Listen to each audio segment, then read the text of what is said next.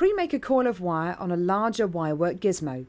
Make the coils between 4 and 9 mm in diameter. Then trim the coil down to 15 mm by cutting off the end.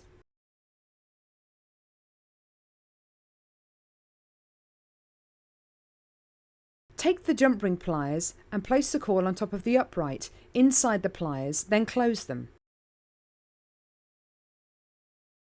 Place the jump ring pliers on the table at a slight angle. The upright will need to be parallel with the saw. Place the saw in the gap of the pliers and begin to cut through the wire with a steady back and forth motion. You will only be cutting your way through half of each coil.